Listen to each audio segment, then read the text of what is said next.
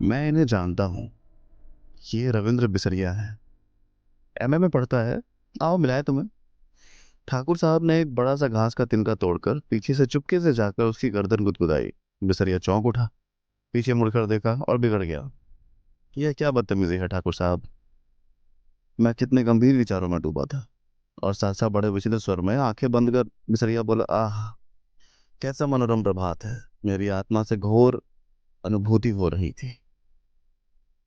कपूर बिसरिया की मुद्रा पर ठाकुर साहब की ओर देखकर मुस्कुराया और इशारे में बोला, है यार शक्ल की चीज छेड़ो जरा।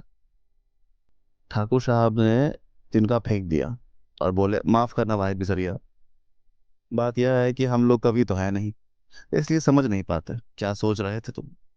बिसरिया ने आंखें खोली और एक गहरी सांस लेकर बोला, मैं सोच रहा था कि आखिर प्रेम क्या होता है, क्यों होता है, कविता क्यों लिखी जाती है, फिर कविता के संग्रह उतने क्यों नहीं बिकते जितने उपन्यास या कहानी संग्रह।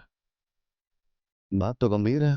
कपूर बोला, जहां तक मैंने समझा और पढ़ा है, प्रेम एक तरह की बीमारी होती है, मानसिक बीमारी जो मौसम बदलने के दिनों में होती है।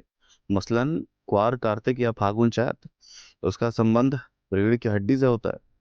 और कविता एक तरह से सन्निपात होता है। मेरा मतलब आप समझ रहे हैं ना मिस्टर सिवरिया। सिवरिया नहीं बिसरिया, ठाकुर साहब ने टोका।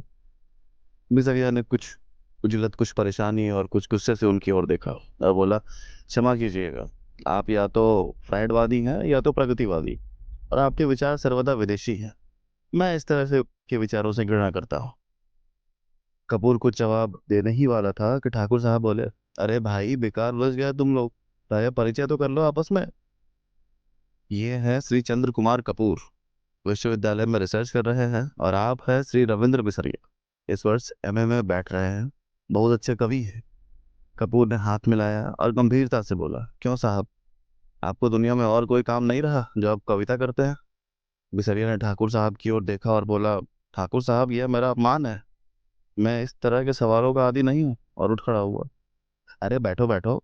ठाकुर साहब ने हाथ खींचकर बिठा लिया। देखो कपूर का मतलब तुम समझे नहीं।